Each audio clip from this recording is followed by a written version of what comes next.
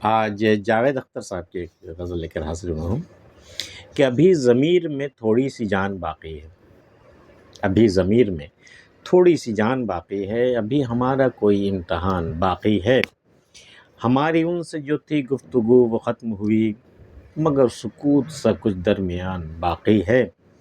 وہ زخم بھر گیا عرصہ ہوا مگر اب تک، وہ زخم بھر گیا عرصہ ہوا مگر اب تک، ذرا سا درد ذرا سا نشان باقی ہے۔ ذرا سی بات جو پھیلی تو داستان بنی، وہ بات ختم ہوئی داستان باقی ہے۔ اب آیا تیر چلانے کا فن تو کیا آیا، ہمارے ہاتھ میں خالی کمان باقی ہے۔ ہمارے گھر کو تو اجڑے ہوئے زمانہ ہوا، مگر سنا ہے ابھی وہ مکان باقی ہے۔ ابھی ضمیر میں تھوڑی سی جان باقی ہے، ابھی ہمارا کوئی امتحان باقی ہے۔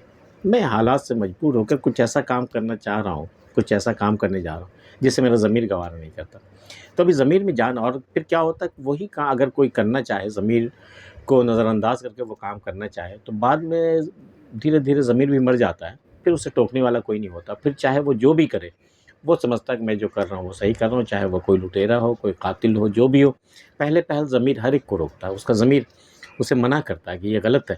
لیکن جب آپ اسے کچل کر کے، اس کو نظر انداز کر کے وہی کام جب کرنے لگتے ہیں، دھیرے دھیرے ضمیر بھی خاموش ہو جاتا ہے، ایک طرح سے ضمیر مر جاتا ہے اور آپ بالکل آزاد ہو جاتے ہیں۔ تو ابھی ضمیر میں تھوڑی سی جان باقی ہے، ابھی میں کچھ ایسا نہیں کر سکتا جس کی اجازت میرا ضمیر نہیں دے رہا، ابھی ضمیر میں جان باقی ہے، ابھی وہ زندہ ہے، ابھی مرا نہیں ہے وہ۔ تو وہ ضمیر ہے میرے اندر کی، میری ہی شخصیت ہے جو مجھے روکتا رہتا ہے، ٹوکتا رہتا ہے کہ یہ صحیح ہے، یہ غلط ہے۔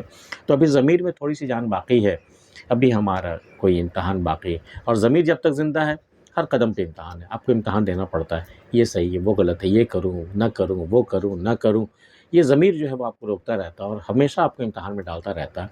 تو ابھی ہمارا کوئی امتحان، میرا ضمیر ابھی زندہ ہے، اس کا مطلب ابھی امتحان اور باقی ہیں زندگی میں، ابھی ضمیر میں تھوڑی سی جان باقی ہے، ابھی ہمارا کوئی امتحان باقی ہے۔ ہماری ان سے جو تھی گفتگو وہ ختم ہوئی، مگر سکوت سا کچھ درمیان باقی ہے۔ بھئی بڑی لمبی گفتگو چلی، کئی مسائل تھے، اس کو ہم نے سلجھا لیا، باقی باتیں ہو گئی، لیکن ابھی بھی ہم دونوں خاموش بیٹھے ہیں۔ ایک سکوت، ایک خاموشی سی ہے جو ہم دونوں کے بیچ ہے، وہ قائم ہے، وہ اس رشتے کو اسی طرح نبھا رہی ہے خاموشی بھی، جس طرح کی ہماری گفتگو نبھا رہی تھی۔ تو گفتگو ختم ہو گئی، خاموشی باقی ہے، گویا ابھی وابستگی باقی ہے، وابستگی ختم نہیں ہوئی۔ ہماری ان سے جو تھی گفتگو وہ ختم ہوئی، مگر سکوت سا کچھ درمیان باقی ہے۔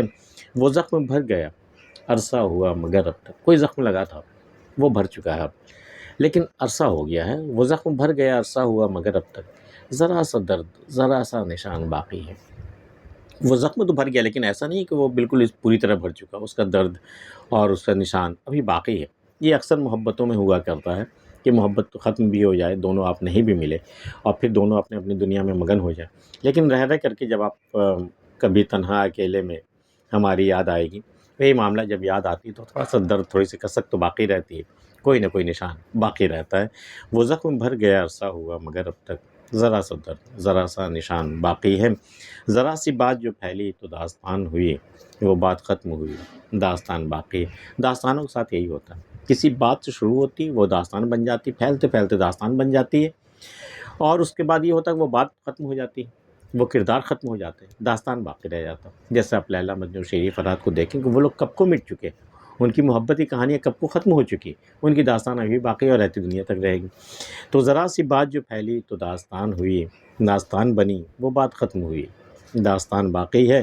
اب آیا تیر چلانے کا فن تو کیا آیا، ہمارے ہاتھ میں خالی کمان باقی ہے۔ ہمارے پاس ایک کمان اور ایک ہی تیر تھا، اور میں نے جب چلایا تو وہ نشانے پہ نہیں لگا، ادھر ادھر ہو گیا، لیکن اب مجھے یقین ہے کہ اگر میں دوبارہ تیر چلاؤں تو ٹھیک نشانے پہ جا کے لگے گا۔ لیکن یہ فن آنے کے بعد بھی حاصل کیا ہے، ہمارے ہاتھ میں تو خالی کمان ہے، تیر تو میں چھوڑ چکا ہوں، وہ تو جا چکا۔ اب اگر دوسرا تیر جب تک نہیں ملے تب تک تو ہمارا ہنر کسی کام کا نہیں ہے۔ اب آیا تیر چلانے کا فن تو کیا آیا، ہمارے ہاتھ میں خالی کمان باقی ہے۔ ہمارے گھر کو تو اجڑے ہوئے زمانہ ہوا، مگر سنا ہے ابھی وہ مکان باقی ہے۔ مکان اور گھر دو مختلف چیزیں ہیں۔ مکان وہ جو اینٹ اور گارے کا بنا ہوا ہوتا ہے نا، سیمنٹ سے بنا ہوا ایک اسٹرکچر ہوتا ہے، اسے مکان کہتے ہیں۔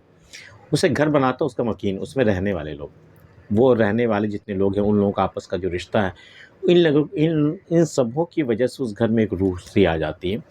تو ہمارے گھر تو جو ہم تو اپنے گھر کو کب کو ویران چھوڑ کے چلے آئے، ہم نئے شہر میں چلے آئے، نئے ملک میں ہم چلے آئے، تو ہمارے گھر کو تو اجڑے ہوئے زمانہ ہوا۔ وہ جو لوگ تھے، آپس کے جو رشتے تھے، ان لوگوں کے بیچ جو خوشیاں تھے، غم تھے، ناراضگی تھی، دوستی تھی، جو بھی تھے، وہ ایک دوسرے کے جانثار تھے، ایک دوسرے کی محبت و اخوت تھی، وہ ساری باتیں ختم، وہ لوگ اجڑ گئے، اجڑ کے کہیں اور کسی نئے شہر میں بس گئے، تو وہ گھر تو ختم ہو گیا، وہ گھر تو رہا نہیں، مکان باقی، اسٹرکچر رہ گیا ہے وہ۔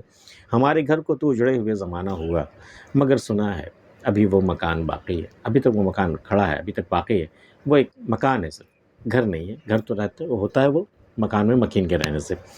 ہمارے گھر کو تو اجڑے ہوئے زمانہ ہوا، مگر سنا ہے ابھی وہ مکان باقی ہے۔ جاوید اختر صاحب کی یہ غزل آپ کو پسند آئی ہے تو اسے لائک کر لیجیے، اور اگر آپ نے ہمارا چینل اب تک سبسکرائب نہیں کیا تو کر لیجیے۔ ملتے ہیں پھر کسی اگلی ویڈیو میں، تب تک کے لیے اللہ حافظ۔